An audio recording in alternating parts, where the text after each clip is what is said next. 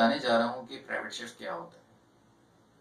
Private chef Pakistan میں common نہیں ہے، لیکن فرسٹ ورلڈ کنٹری اور یورپ وغیرہ میں عام ہے، کیونکہ وہاں کے لوگ غذائیت سے بھرپور اور اپنی پسند کے کھانے اپنے سامنے بنوانا چاہتے ہیں، تو وہ ہائر کرتے ہیں پرائیویٹ شیف۔ پرائیویٹ شیف کسی فیملی کے لیے ڈیڈیکیٹڈ یا کسی پرسنالٹی کے لیے ڈیڈیکیٹڈ ہوتا ہے۔ پرائیویٹ شیف کو کیا آنا چاہیے، کیسا ہونا چاہیے؟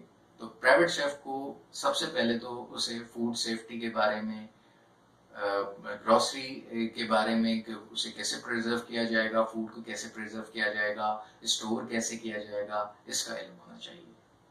اسی طریقے سے پرائیویٹ شیف کو ہائیجین کے بارے میں معلوم ہونا چاہیے، personal hygiene, food hygiene, kitchen hygiene کس طرح ہوگی تاکہ وہ اپنے باس کو بہتر اور صاف ستھرا کھانا دے سکے۔ اسی طریقے سے وہ ایک ہائی اسٹینڈرڈ پرسنالٹی کا شیف ہوتا ہے، تو اس کو سروس بھی آنی چاہیے اور کھانے کی پریزنٹیشن بھی اعلیٰ سے اعلیٰ ہونی چاہیے۔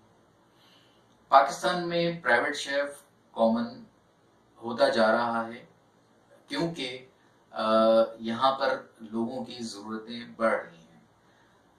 پرائیویٹ شیف خدا نہ خواستہ کسی کو کوئی بیماری ہے یا کوئی ایسی جو اسے ڈاکٹر نے ریکمینڈ کیا ہوا ہے فوڈ، تو بھی پرائیویٹ شیف ہائر کیے جاتے ہیں تاکہ وہ ان کو ان کی حساب سے کھانے جو انہیں ڈاکٹر نے جو ریسیپیز دی ہے اس کے حساب سے بنا سکیں۔